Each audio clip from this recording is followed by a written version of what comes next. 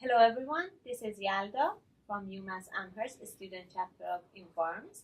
Welcome back to another one of our interview series.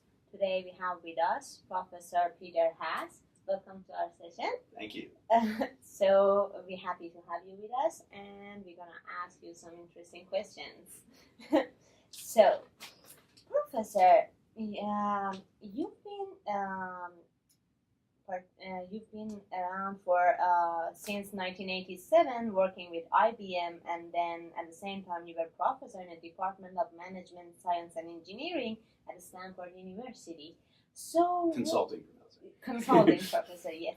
What are the current challenges or opportunity for research in your field that were not there several years ago? Well, I think that there's some very interesting trends happening. I think there's been this sort of convergence of computer science. So I've spent basically half my career in computer science, half my career in operations research, and those fields I think are coming closer and closer together. I think there's been a lot of work in the operations research community that's been paralleled by work that's been going on in the computer science community. And I think in the last few years, people have begun to talk to each other a little bit more, and I think there's some interesting ideas that are coming out of that. So some of the examples of the interesting trends I think are in the old days, data. If you're building a model, data is very hard to come by, right?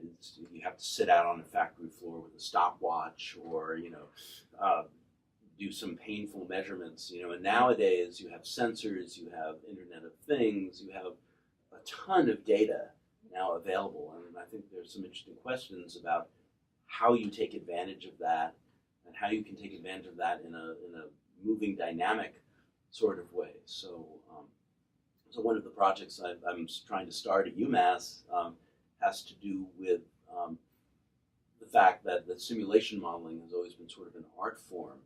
And the question is, can an artificial intelligence system like IBM Watson is an example that I happen to be more familiar with, a human being, when you're trying to decide on policies, will often incorporate domain knowledge into a simulation model, do a what-if analysis, and then try and choose a good policy. So the question is, can an AI system do the same thing?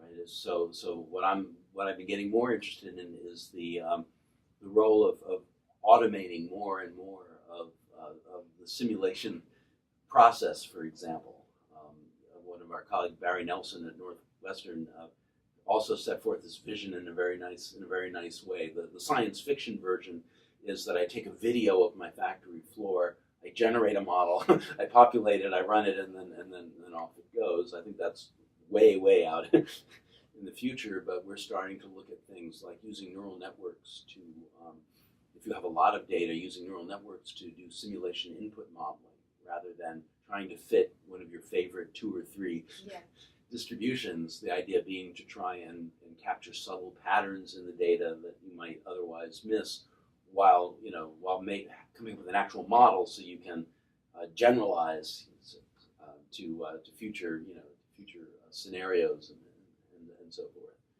So that's just one example, I think, of interesting challenges where you have this data-rich environment, and you have machine learning technology, exponentially accelerating, and the question is, how can you exploit lots of data, lots of computing power, machine learning techniques to more efficiently, dynamically do some of the analysis that have traditionally, been sort of a slow, handcrafted process. Yeah. So, what aspect do you find challenging with respect to your work in academia versus industry? Because you work in both things, like academia and industry. So, what are the challenges too? So both academia and industry have their separate challenges. I think what I've experienced in academia, one of the challenges is learning to optimally work with students at all different phases of their educational voyage. Again, when I was at IBM, when I would work with students, they'd mostly be summer interns, so usually 1 or 2 PhD students 1 or 2 years, 2 or 3 years in. So I've actually been enjoying a lot interacting with undergraduates. I taught my first undergraduate course in informatics this past fall, but again, teaching a heterogeneous audience, learning to work on research projects with students who don't have very much experience. Those are all a set of skills that I think I'm picking up. I'm hoping I'm picking up. But that's certainly one challenge. The search for funding, of course, in academia is always a challenge. So learning the skills to do that. Fortunately, I have some connections from when I was in industry, which make life a little bit easier that way.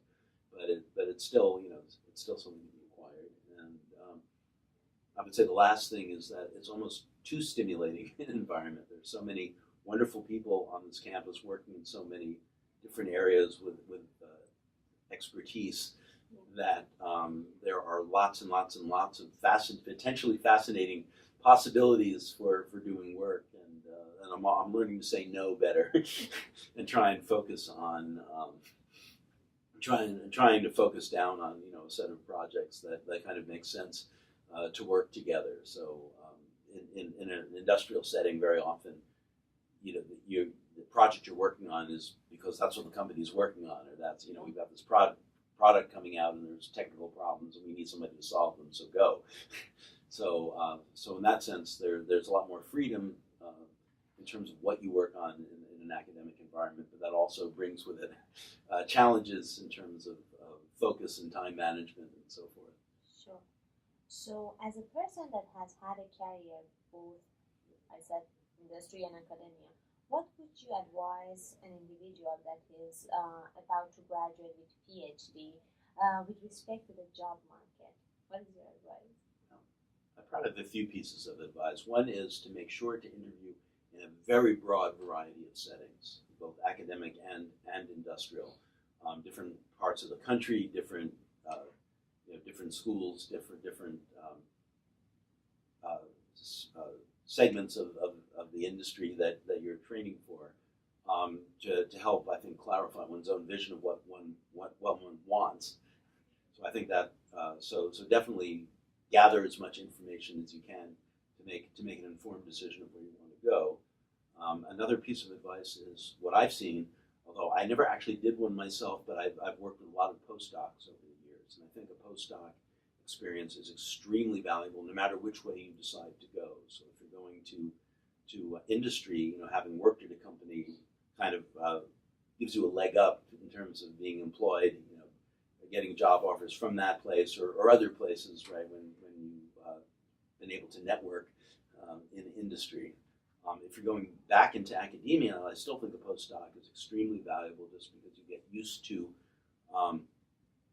looking at projects and trying to understand, what the impacts and trying to organize your work in such a way to maximize your impact and to get a better feel for some of the real world challenges to an otherwise mathematically elegant solution, but when it comes time to actually implement it, right? What are the details you have to worry about? And I think you become much more sensitized to those if you've had that postdoc experience, and it lets you give you a more balanced view when you're trying to decide what you want to do. So having experienced sort of both worlds, I think you can make probably a decision that will make you happier. So thank you so much for joining us. We learned so much today, and hopefully we see you more around. Thank you so much. 20-minute walk away. Thank you so much.